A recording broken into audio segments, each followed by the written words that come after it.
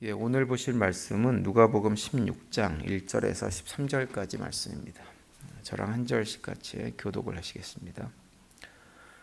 또한 제자들에게 이르시되 어떤 부자에게 청지기가 있는데 그가 주인의 소유를 낭비한다는 말이 그 주인에게 들린지라. 주인이 그를 불러 이르되 내가 내게 대하여 들은 이 말이 어찌 됨이냐. 내가 보던 일을 셈하라. 청지기 직무를 계속하지 못하리라 하니 청지기가 속으로 이르되 주인이 내 직분을 빼앗으니 내가 무엇을 할까. 땅을 파자니 힘이 없고 빌어먹자니 부끄럽구나. 내가 할 일을 알았도다.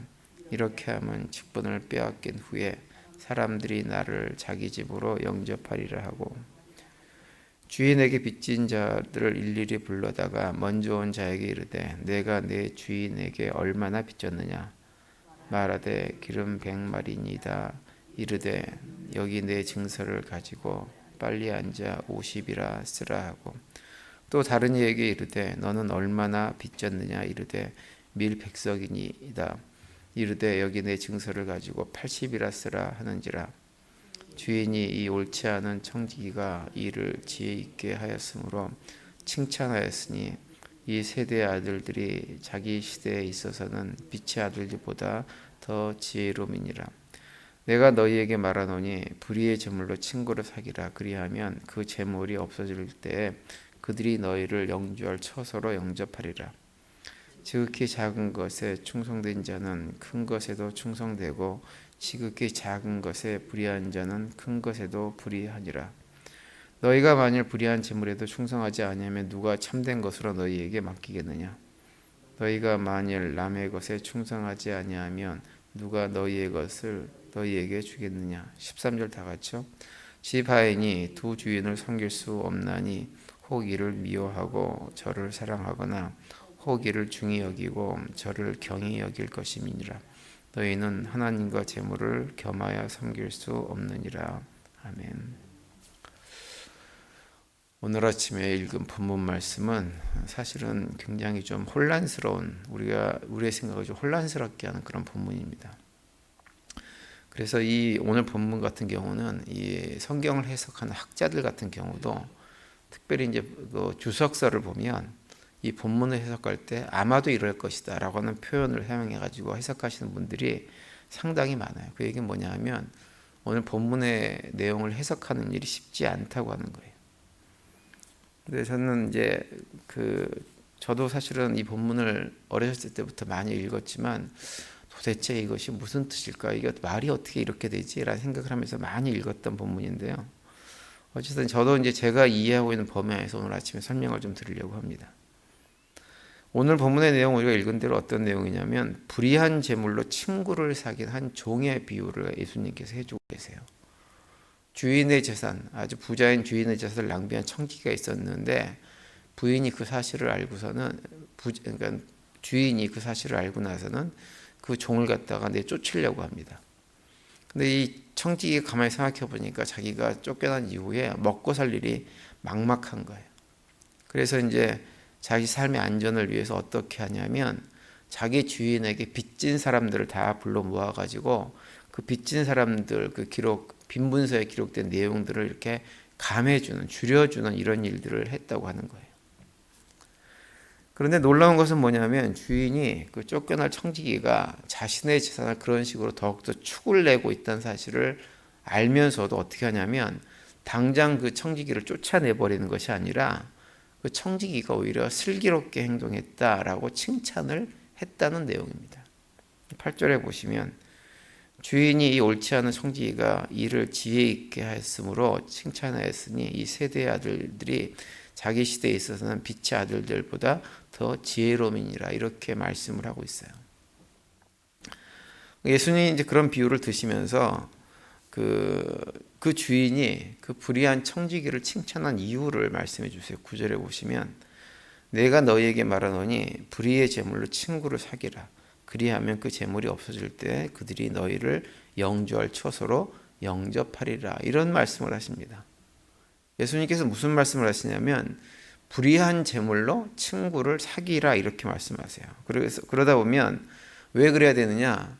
나중에 너희들이 오갈 데가 없어지면 그 친구들이, 불의한 제물로 사귄 친구들이 너를 영접해 주게 될 것이다 라는 얘기를 해요. 청지기가 주인의 제물을 가지고 잘못 사용한 거잖아요.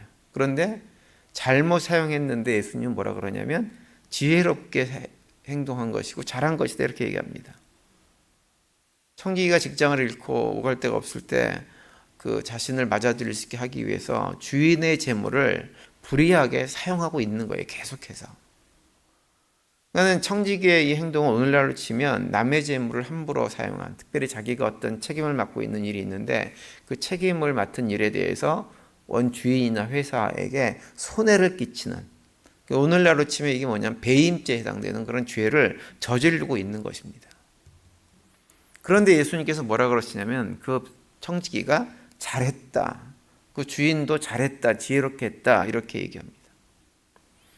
그러면서 이제 더 재밌는 말씀, 10절 말씀 이렇게 말씀하세요.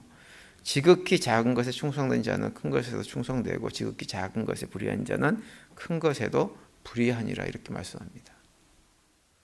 그러니까 그 청지기가 굉장히 충성된 일을 했다 이렇게 얘기를 지금 하고 계시는 거예요. 오늘 본문의 말씀은 우리가 가지고 있는 일반 상식이나 법률 상식의 기준으로 봤을 때 청지기가 한 행동은 굉장히 불법적인 잘못된 행동입니다. 그런데 예수님은 그 청지기의 행동을 지혜로운 일, 충성된 일을 한 것이라고까지 칭찬을 하고 계세요. 왜 예수님은 이렇게 말씀을 하실까요? 분명히 범죄를 행했어요. 범죄를 행하고 주인의 재물을 자기가 탕진하기도 하고 잘못 쓰기도 하고 그걸 통해서 자신의 이득을 취하기 위한 행동을 지금 하고 있는데 예수님은 잘했다 이렇게 얘기하는 거예요. 우리가 이제 본문 말씀을 이제 제대로 이해를 하려면 그 오늘 본문에서 예수님께서 하시고자 하는 말씀의 전체 의도가 무엇인지를 좀 살펴봐야 되고 초점이 무엇인가를 좀 잘 기억을 해야 됩니다. 예수님께서 왜 불의한 청지기가 주인의 재물을 의롭게 주인의 뜻에 따라 사용했다라고 말씀하시냐면 예수님의 관점에서는 그 불의한 청지기가 그 주인의 물건을 갖다가 자기 욕심에 따라서 마음대로 사용했느냐 여기엔 별로 관심이 없으세요. 자기 욕심대로 사용하는 것이 중요한 것이 아니라 예수님의 초점은 어디에 있냐면 불의한 청지기가 비록 그 주인의 물건이긴 하지만 재물이긴 하지만 그 주인의 물건을 가지고 주인에게 빚진 사람들에게 빚을 줄여주는 방식으로 사람들을 위해서 어쨌든 사용했다고 하는 것, 거기에 강조점을 지금 두고 있는 거예요. 비록 그것조차 물론 자기가 살 길을 위해서 한 행동이긴 하지만 그럼에도 불구하고 주인의 재물을 가지고 다른 사람들의 빚을 탕감해주는 방식으로 사용한 것, 이것은 지혜로운 일이다, 충성된 일이다 이렇게 말씀을 하고 있는 것입니다. 그러니까 예수님의 입장에서 볼 때 어리석은 사람은 어떤 사람이냐면 불의한 재물을 가지고 오직 자신의 탐욕만을 위해서 사용하고 있는 사람은 어리석은 사람이에요. 근데 그 불의한 재물이지만 그럼에도 불구하고 그 불의한 재물을 가지고 다른 사람들을 위해 사용했다고 한다면 그것은 지혜로운 사람이고 충성된 사람이라고 하는 거예요. 불의한 재물을 가지고 자기 자신만을 위해서 사용했던 대표적인 사람을 꼽으라 그러면 예수님 당시에 사두개인이나 바리새인 같은 사람들입니다. 사두개인들 같은 경우는 특별히 죽음 이후의 그 삶에 대해서 믿질 않았어요. 부활도 믿질 않았어요. 그러다 보니까는 이 땅의 삶이 그들의 삶의 전부였어요. 그래서 이 땅에서 자꾸자꾸 잘 먹고 잘 사는 방식으로 어떠한 불의를 행해서라도 돈을 끌어모아서 부유하게 사는 것을 갖다가 하나님께서 주시는 복이라고 생각하고 살았던 사람들이 사두개인들입니다. 반면에 바리새인들은 그렇지는 않았어요. 그 사람들은 돈을 좋아하는 사람들라는 이미지는 별로 없었습니다. 왜냐하면 그분들도 바리새인들도 부활을 믿었고 죽음 이후의 삶을 믿었기 때문에 이 생에서의 삶을 어떻게 살아도 나름대로 경건하게 살아보려고 애를 썼던 사람들이에요. 그래서 바리새파 사람들은 그나마 동시대에 사두개인들보다는 훨씬 더 경건한 사람들로 인식됐던 사람들입니다. 그래서 겉으로 볼 때에는 별로 돈에 대해서 재물에 대해서는 관심이 없어 보이는 사람들이 바리새인들이었어요. 그런데 재밌는 게 뭐냐면 오늘 보면 바로 아래 14절에 보면 이런 내용이 나옵니다. 바리새인들은 돈을 좋아하는 자들이라 이 모든 것을 듣고 비웃거늘 이렇게 얘기합니다. 바리새인이 예수님께서 하신 비유를 듣고 비웃었어요. 왜 비웃은 이유가 뭐냐? 그들 자신 스스로가 돈을 좋아하는 사람들이기 때문에 비웃었다고 하는 거예요. 바리새인들을 사실은 겉으로 볼 때는 돈을 좋아하는 사람들이 아닌 것처럼 보이는데 예수님은 딱 꼬치 집어가지고는 바리새인들은 돈을 좋아하는 사람이다, 이렇게 말씀을 하고 있는 거예요. 그러니까 이 말은 무슨 얘기냐면 바리새인들 같은 경우는 그러니까 겉으로 볼 때에는 굉장히 충실한 하나님의 일꾼인 것처럼 보이지만 사실은 자신들의 탐욕을 채우기 위해서 혐오스러운 삶을 살아갔던 사람들이 누구냐? 바리새인들이라고 하는 거예요. 그래서 예수님께서 이어서 15절에 이렇게 얘기합니다. 예수께서 이르시되 너희는 사람 앞에서 스스로 옳다 하는 자들이나 너희 마음을 하나님께서 아시나니 사람 중에 높임을 받는 그것은 하나님 앞에 미움을 받는 것이니라. 이렇게 예수님께서 말씀하세요.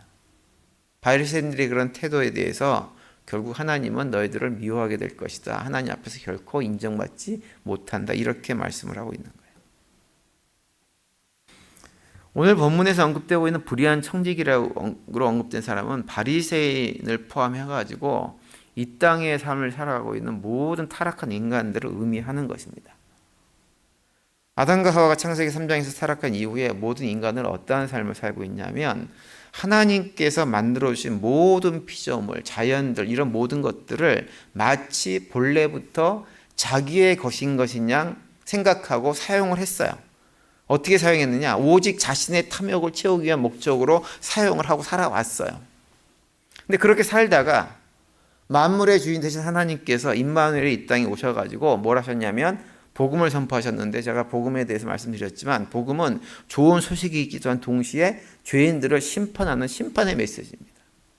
심판의 메시지가 선포가 됐어요. 그러자 그 심판의 메시지를 듣는 어떤 사람들이 자신들의 잘못을 인정하고 이제는 그 주인의 물건을 자신들의 탐욕을 채우는 데만 사용하려고 하는 것이 아니라 다른 사람들을 위해서 사용하기 시작했다고 하는 것이 오늘 비유의 핵심 메시지입니다.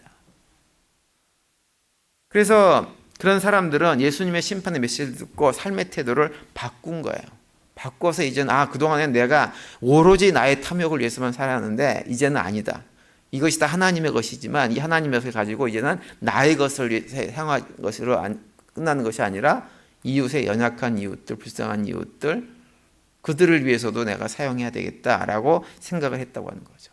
그것을 예수님께서 뭐라고 하셨냐면 지혜로운 선택을 했다라고 말씀을 하고 있는 거예요. 그러면서 비록 우리 모두가 다 불의한 재물, 그러니까 하나님의 것을 마치 내 것인 것처럼 생각하고 사용하는 이런 불의한 태도를 가진 사람들이지만 그렇게 사용하는 물질과 재능과 이런 것을 가지고 무엇을 위해 사용하느냐? 친구를 사귀는 데 사용하라고 말씀을 하고 있는 거예요. 어차피 불의한 재물로 자기 것처럼 사용할 것이라면 그걸 자기만 위해 사용하지 말라고 하는 거죠. 주변에는 연약한 이웃들, 불쌍한 사람들, 힘든 사람들 위해서 나누고 베풀고 섬기면서 삶을 사용하는 것, 그것이 비록 우리가 하나님의 것을 내 것처럼 사용한다고 해도 하나님은 우리가 그렇게 살면, 나누고 베풀고 섬기고 살면 하나님은 지혜롭다, 충성됐다라고 평가를 해 주신다고 하는 것입니다. 반면에 바리새인 같은 사람들은 어떻게 했냐면 똑같은 심판의 메시지를 들었음에도 불구하고 끝까지 그들의 태도를 바꾸지 않았어요.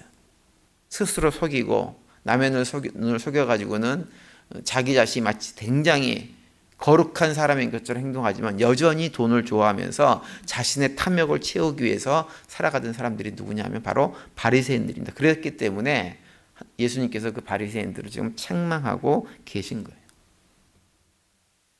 오늘 본문 내용이 좀 복잡하긴 하지만 예수님의 말씀 핵심은 뭐냐면 심판의 메시지가 선포되어졌을 때 그 심판의 메시지를 듣고 바르게 반응하는 것, 그것이 지혜로운 일이고 바르게 반응해서 바르게 행동하는 것이 충성스러운 하나님 백성들의 삶이라고 하는 것을 말씀을 하고 있는 것입니다. 우리 인생은 참 재미있는 것이어서 이렇게 예수님의 복음이 선포되어지면 그 복음이 선포되어질 때 그 복음이 선포된 것을 잘 깨달아 알 것 같은 사람들은 깨닫지 못합니다. 바리새인들이 그랬어요. 그런데 그 복음을 전혀 깨달아 알지 못할 것 같은 사람들은 그 복음을 깨닫고 삶을 변화시키고 새로운 삶을 살려고 한다고 하는 거예요. 그래서 복음을 깨달아 아는 것은 이건 하나님의 은혜로 되어지는 것입니다. 이런 반응을 보이는 것은 하나님의 은혜로 되어지는 거예요. 따라서 오늘 하루 또 지내시면서 하나님께서 우리 모두에게 그 복음을 깨닫고 반응할 수 있도록 하신 그 은혜를 기억하시면서 하나님께서 우리에게 허락하신 모든 것을 가지고 하나님의 뜻에 합당하게 사용할 수 있는 우리 모두가 될 수 있게 되기를 간절히 바랍니다. 그래서 우리 모두도 하나님에게 지혜로운 자로 충성된 종으로 평가받고 그 안에서 평강을 누리는 복된 하루가 되시기를 간절히 축원을 드립니다.